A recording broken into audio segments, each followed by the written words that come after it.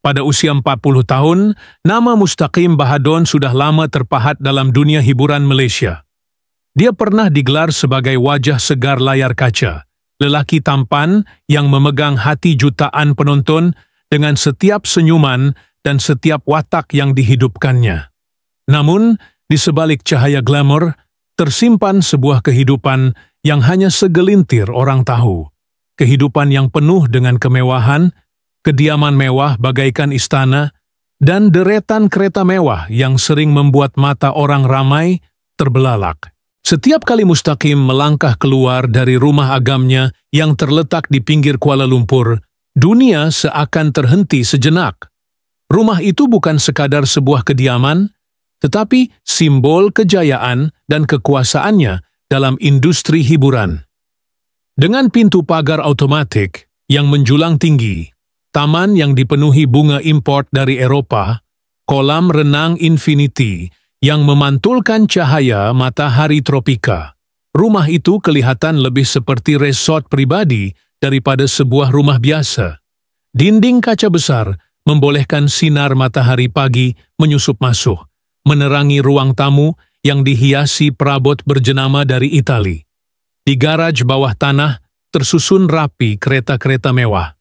Sebuah Ferrari merah menyala, Lamborghini hitam mate, Bentley elegan, dan beberapa Mercedes-Benz yang dipakai untuk acara rasmi.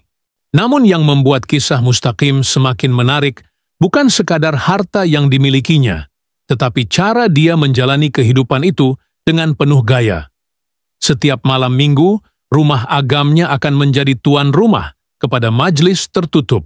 Suasana penuh glamor dengan tetamu elit, artis terkenal, ahli perniagaan, malah tokoh politik. Musik mengalun lembut, wain terbaik dihidangkan, dan perbualan berputar di sekitar proyek besar, perjanjian rahasia, dan dunia hiburan yang penuh intrik. Di usia 40 tahun, ramai menjangka Mustaqim akan semakin rancak muncul di kaca televisyen, namun yang berlaku adalah sebaliknya. Secara tiba-tiba, wajahnya lenyap dari layar. Drama bersiri yang pernah melonjakkan namanya berhenti menawarkan watak. Pengarah-pengarah besar tidak lagi menyebut namanya dalam senarai pelakon pilihan. Malah, wawancara dan penampilan khas yang biasanya menjadi rutin, semuanya hilang tanpa jejak. Dunia hiburan mula berbisik, mempersoalkan kemana perginya Mustaqim Bahadon. Ironinya, meskipun tiada lagi di layar kaca, kemewahan hidupnya tidak pernah pudar. Saksi mata sering melihatnya memandu kereta sport meluncur di jalan raya pada waktu malam, atau berlibur di pulau eksklusif yang hanya boleh diakses oleh segelintir orang berpengaruh. Di media sosial, gambarnya masih muncul, kadang-kadang berposing di atas kapal layar pribadi, kadang-kadang mengenakan pakaian mewah di butik fashion Paris, atau sekadar duduk santai di ruang tamu rumahnya sambil dikelilingi koleksi jam tangan bernilai jutaan ringgit. Spekulasi pun bermula. Ada yang mengatakan dia sengaja menjauhkan diri kerana penat dengan dunia hiburan yang penuh gosip. Ada pula yang percaya dia terjebak dalam perjanjian gelap dengan pihak berkuasa tertentu, menyebabkan dia memilih untuk hidup senyap di luar radar. Namun, teori yang paling ramai dibicarakan ialah bahwa Mustaqim sebenarnya sedang merancang sesuatu yang lebih besar. Projek pribadi yang bakal mengejutkan industri hiburan apabila tiba masanya. Kehidupan mewahnya yang tidak pernah surut menimbulkan tanda tanya.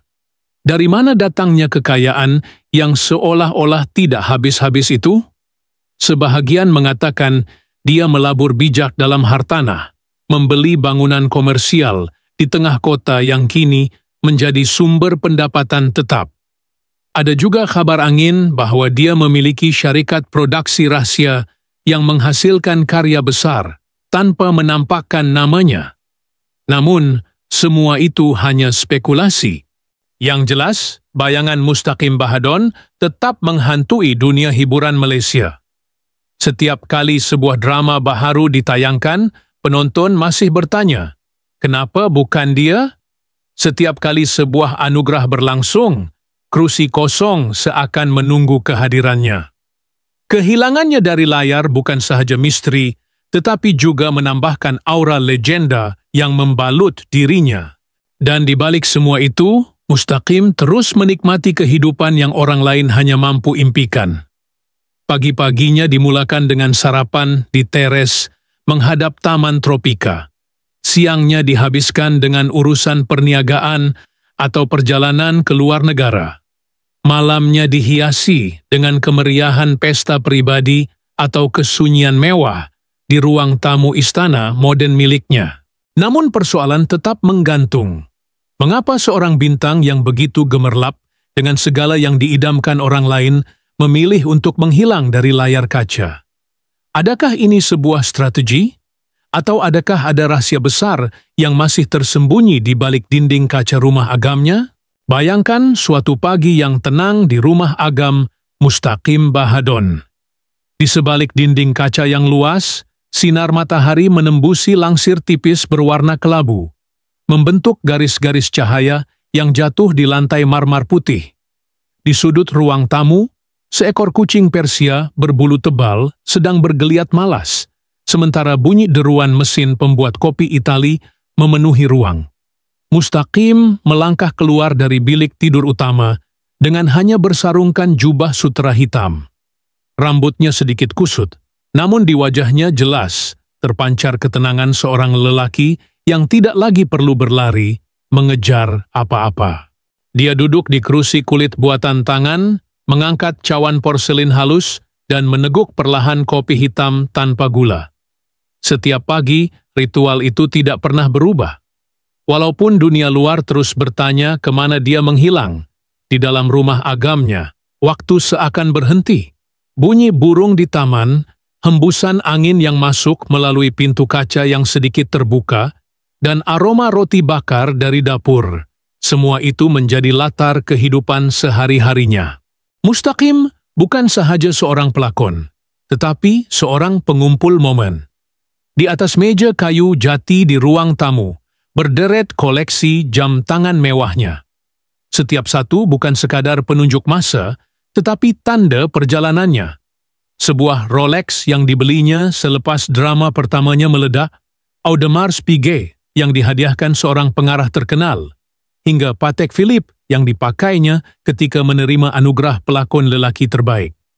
Dia sering mengambil jam itu, memegangnya erat, seolah-olah ingin menghidupkan semula setiap kenangan yang terkandung di dalamnya. Di garaj bawah tanah, bau kulit kerusi kereta bercampur dengan aroma besi dan minyak enjin yang baru diganti.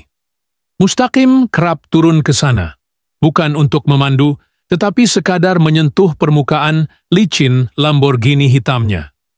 Dia akan mengusap perlahan bumbung kereta itu, seakan berbicara dengan benda mati yang menjadi saksi perjalanannya. Kadang-kadang, dia duduk di dalam kereta tanpa menghidupkan enjin, hanya mendengar bunyi nafasnya sendiri bergema dalam ruang sempit itu. Yang lebih menghairankan, Mustaqim masih menyimpan jadwal penggambaran lama dalam sebuah laci kecil di pejabat rumahnya. Kertasnya sudah menguning, catatan tangan di tepi jadwal masih jelas, tanda-tanda kebiasaan seorang pelakon yang hidupnya pernah penuh dengan disiplin masa. Setiap kali dia membuka laci itu, pandangannya kosong, seolah-olah dibawa semula ke set penggambaran, ke lampu sorot, ke jeritan action yang dulu menjadi nadi hidupnya. Tetapi apa yang benar-benar membuat orang yang rapat dengannya terpesona adalah kebiasaannya menulis diari. Di sebuah bilik kecil di tingkat atas, tersusun buku-buku kulit berwarna coklat tua, penuh dengan tulisan tangan Mustaqim. Catatannya bukan sekadar luahan hati, tetapi potret halus kehidupannya, tentang bagaimana rasanya memandu di tengah malam Kuala Lumpur yang sunyi, tentang rasa sepi, walaupun dikelilingi ratusan tetamu di majelis mewah, tentang kerinduan pada sesuatu yang tidak mampu dia namakan. Diari itu mendedahkan sisi Mustaqim yang tidak pernah dilihat penonton. Tulisannya kadang penuh dengan metafora. Dia menggambarkan dirinya sebagai pelakon yang hilang dari panggung, tetapi masih mendengar tepukan dari kejauhan. Ada juga catatan ringkas seperti, Hari ini aku hanya duduk di teres, menonton daun jatuh. Tenang.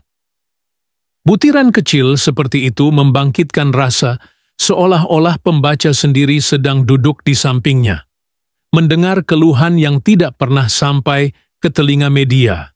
Malam hari di rumah Mustaqim juga bercerita banyak.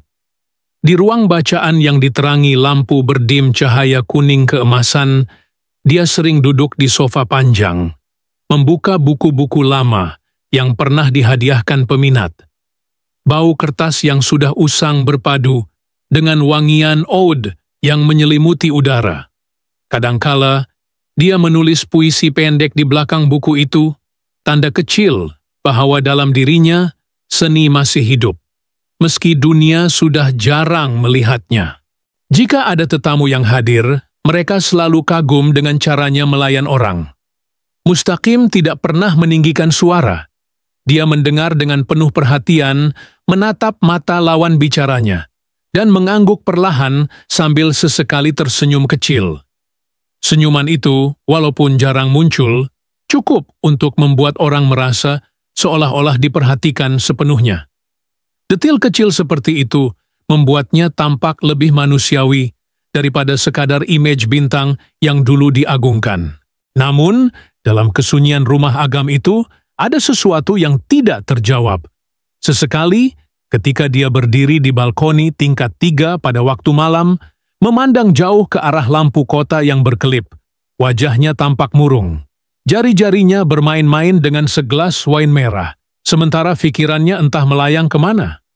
Dari jauh, dia kelihatan seperti seorang raja yang memiliki segalanya, tetapi di dalam hatinya mungkin masih kosong. Dan disitulah paradoks Mustaqim Bahadon. Seorang lelaki yang dilimpahi kekayaan, namun memilih kesepian, seorang bintang yang hilang dari layar, tetapi masih hidup dalam setiap bisikan dunia hiburan. Seorang manusia yang dikelilingi kemewahan, tetapi mencari sesuatu yang lebih sukar didefinisikan daripada sekadar harta. Di sebalik pintu besar rumah Agam itu, kehidupan Mustaqim Bahadon terus berputar dalam ritme yang hanya dia sendiri faham. Orang luar mungkin hanya melihat kilauan kereta mewah, pesta eksklusif, atau perjalanannya ke luar negara, tetapi ada sesuatu yang lebih dalam, sesuatu yang tidak pernah benar-benar terungkap. Mereka yang pernah dijemput ke rumahnya menceritakan pengalaman yang aneh. Rumah itu walaupun megah, kadang-kadang terasa seperti menyimpan bisikan yang tidak kelihatan.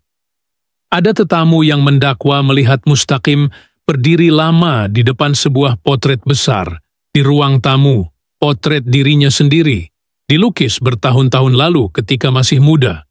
Dia menatap wajah muda dalam lukisan itu seolah-olah sedang berbicara dengan seseorang, bibirnya bergerak tanpa suara, dan tatapannya kosong. Tidak ada yang berani bertanya, karena suasana seakan membeku setiap kali itu berlaku. Ada pula cerita tentang bilik tertutup di tingkat bawah tanah, yang tidak pernah dikunjungi sesiapa pun kecuali dirinya. Pintu bilik itu berwarna hitam pekat, tanpa gagang, hanya sebuah kunci elektronik yang hanya boleh diakses dengan cap jarinya. Beberapa pekerja rumahnya berbisik bahwa kadang-kadang mereka mendengar bunyi musik samar dari dalam, seperti suara piano yang dimainkan dengan penuh emosi. Tetapi Mustaqim sendiri tidak pernah mengaku boleh bermain piano. Diari-diari yang ditemuinya juga semakin membingungkan. Dalam salah satu catatannya tertulis, "Aku tidak benar-benar hilang. Aku hanya menunggu saat yang sesuai untuk kembali. Tetapi, adakah mereka benar-benar mahu aku kembali?" Ayat itu menimbulkan tanda tanya besar. Adakah dia merancang kemunculan semula, atau sekadar menyedapkan hatinya sendiri? Setiap butiran kecil dalam kehidupannya tampak penuh teka-teki. Misalnya, dia sering memandu keluar pada jam 3 pagi, menggunakan Bentley kelabu yang jarang dilihat orang. Dia tidak pernah membawa pemandu, tidak pernah ditemani sesiapa. Hanya dia, sunyi, dan jalan raya yang lengang. Tiada siapa tahu kemana dia pergi, dan menjelang subuh, kereta itu akan kembali ke garaj dalam keadaan berdebu, seolah-olah telah menempuh perjalanan jauh. Hubungannya dengan orang di sekeliling juga semakin kabur. Teman-teman artis yang dulu akrab kini jarang menyebut namanya. Keluarganya pula hampir tidak pernah muncul di media, seakan-akan terputus dari dunia yang dikelilingi cahaya lampu sorot. Sesekali, ada gosip mengatakan dia masih berhubung dengan seorang wanita misteri yang kerap dilihat di balkoni rumah agamnya pada malam-malam tertentu. Wajahnya tidak jelas, tetapi bayang itu selalu berdiri lama, memandang ke arah kota bersama Mustaqim. Dan begitulah, semakin ramai cuba mencari jawaban, semakin tebal kabut yang menyelubungi dirinya. Ada wartawan hiburan yang pernah coba menyelinap ke kawasan rumahnya, namun entah mengapa kamera mereka gagal merakam gambar dengan jelas. Foto-foto yang diambil selalu kabur, seolah-olah ada sesuatu yang sengaja menghalang. Misteri itu hanya menambahkan lagi daya tarikan Mustaqim sebagai sosok yang tidak dapat disentuh. Apa yang paling mengganggu adalah kenyataan bahwa Mustaqim sendiri tidak pernah menafikan atau mengesahkan apa-apa.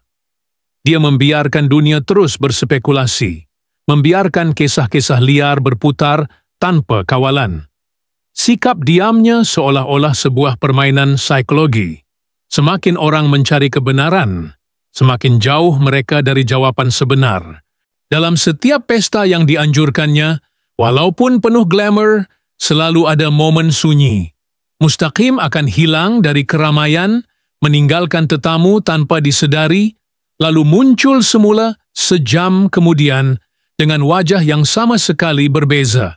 Sejuk, tenang, dan sulit ditebak. Orang berkata, seakan-akan ada dua sisi dirinya. Satu yang ingin dilihat dunia, dan satu lagi yang hanya hidup dalam bayangan rumah agam itu. Ada seorang tetamu yang pernah bersumpah bahwa Mustaqim berbisik kepadanya di sebuah pesta. Aku bukan benar-benar hilang. Aku hanya sedang mengintai dunia dari sudut yang berbeza. Tetapi ketika ditanya kembali keesokan harinya, Mustaqim menafikan pernah berkata apa-apa. Kata-kata itu kemudian menjadi legenda kecil di kalangan kenalannya, menambah lagi lapisan misteri pada hidupnya. Dan sementara semua orang terus meneka, Mustaqim Bahadon berjalan di antara kita dengan tenang. Kadang di pusat beli belah mewah, kadang di hotel eksklusif, kadang di jalan raya yang lengang waktu malam. Tetapi, setiap kali seseorang cuba mendekati, dia lenyap begitu saja, meninggalkan hanya bau parfum mahal dan gema langkah kakinya yang samar. Apakah Mustaqim benar-benar memilih untuk menghilang? Atau adakah dia sedang menjalani kehidupan kedua, sesuatu yang lebih besar, lebih gelap, dan lebih sulit dibayangkan daripada sekadar hilang dari layar kaca? Semakin lama, semakin sukar untuk menyingkap siapa sebenarnya Mustaqim Bahadon di usia 40 tahun. Hidupnya bagaikan satu teka-teki besar yang tidak pernah terjawab. Orang yang pernah dekat dengannya berkata, dia seorang lelaki penuh kontradiksi, ramah tetapi tertutup, mewah tetapi sederhana dalam kebiasaan tertentu, hadir tetapi gaib dalam waktu yang sama. Pada satu malam yang sunyi, seorang pekerja rumahnya pernah melihat Mustaqim duduk sendirian di tepi kolam renang infinity. Air kolam berkilau memantulkan cahaya bulan, dan dia hanya duduk tanpa bergerak, menatap permukaan air itu seolah-olah mencari jawaban. Di tangannya, sebatang cerut yang hampir padam, sementara matanya kosong, jauh, entah kemana. Pekerja itu ingin menegur, tetapi sesuatu pada suasana malam itu membuatnya memilih berundur, membiarkan Mustaqim dengan dunianya. Dia sering menyebut kata hilang dalam perbualan kecil, seolah-olah konsep itu telah menjadi sebahagian dari dirinya. Hilang dari layar, hilang dari orang, bahkan hilang dari dirinya sendiri. Namun anehnya, dia tidak pernah tampak benar-benar sedih. Lebih tepat, dia kelihatan seperti seseorang yang sedang menunggu sesuatu, meskipun tiada siapa tahu apa yang sedang ditunggu. Ada kalanya, ketika duduk di ruang bacaan dengan lampu malap, Dia menulis baris-baris pendek pada sehelai kertas, lalu meramasnya hingga hancur. Kadang-kadang catatannya hanya berupa satu perkataan, pulang, gelap, atau tunggu. Kertas-kertas yang dibuang itu kemudiannya ditemui oleh pembantu rumah, menimbulkan rasa ingin tahu yang tidak terjawab. Pulang kemana? Gelap yang bagaimana? Menunggu siapa? Kisah tentang Mustaqim juga semakin liar di luar sana. Ada yang mengatakan dia sudah bosan dengan dunia hiburan dan memilih untuk hidup sebagai pengembara rahasia, menyamar di tempat-tempat biasa tanpa dikenali. Ada pula yang mendakwa dia terlibat dalam urusan perniagaan gelap yang menjadikan dirinya terlalu berisiko untuk terus tampil di hadapan umum. Namun, semua itu tidak lebih daripada spekulasi. Walau apapun yang berlaku, rumah agamnya tetap berdiri megah, bagaikan saksi bisu yang menyimpan terlalu banyak rahasia. Setiap ruang di dalamnya seolah-olah bercerita, rak buku penuh catatan pribadi, dinding bergantung lukisan-lukisan abstrak yang tiada siapa tahu maksudnya, garaj dipenuhi kereta-kereta yang jarang digunakan. Bahkan, aroma wangian yang mengisi ruang tamu pun membawa rasa seakan-akan rumah itu hidup, memerhatikan setiap yang masuk. Kadang-kadang, tetamu yang hadir ke majelisnya berkata mereka merasa diperhatikan, meskipun Mustaqim tidak kelihatan di mana-mana. Bayangan samar di koridor, bunyi langkah kaki di tingkat atas, atau deruan angin yang tiba-tiba sejuk, semuanya menimbulkan rasa misteri yang sukar dijelaskan. Adakah itu sekadar permainan fikiran atau sesuatu yang lebih besar sedang berlangsung di sebalik dinding kaca itu? Yang pasti, semakin lama dia menjauh dari layar kaca, semakin kuat aura misteri yang menyelubungi dirinya. Nama Mustaqim Bahadon tidak pernah benar-benar padam. Ia terus disebut, dibisikkan, diperdebatkan, dan dalam diam, dia seolah-olah menikmati keadaan itu, membiarkan dirinya menjadi teka-teki hidup yang tidak memerlukan jawaban.